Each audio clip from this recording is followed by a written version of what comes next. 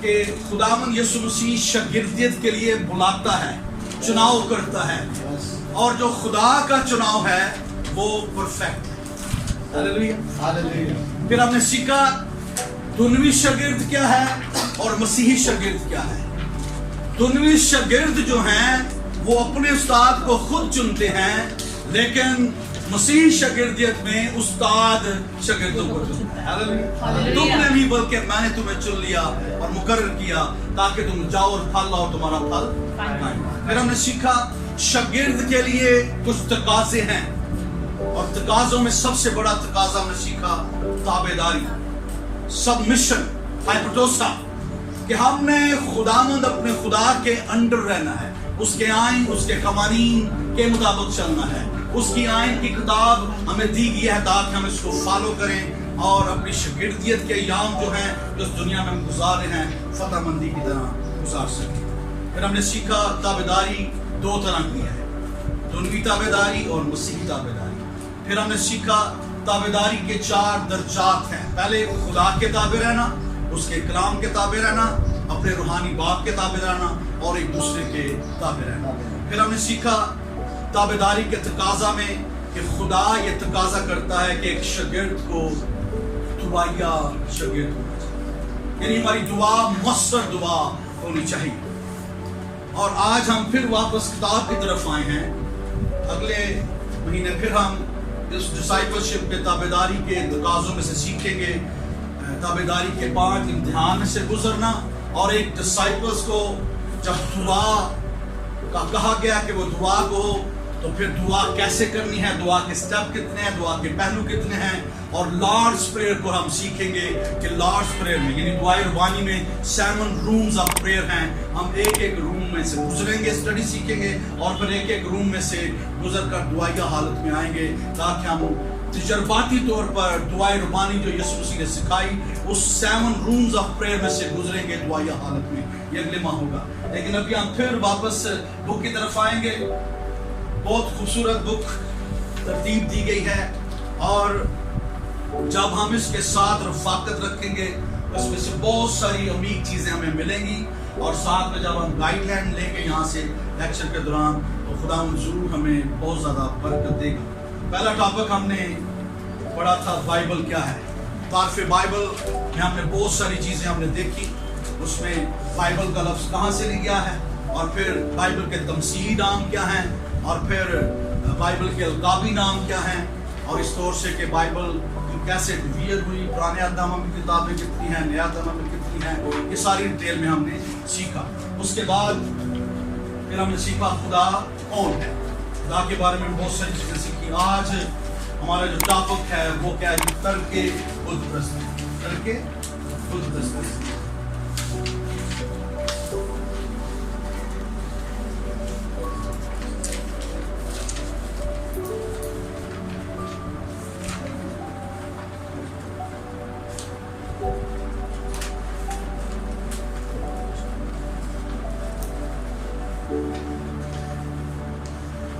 ترک کرنا، کسی کو چھوڑنا، ترک بت پرستی۔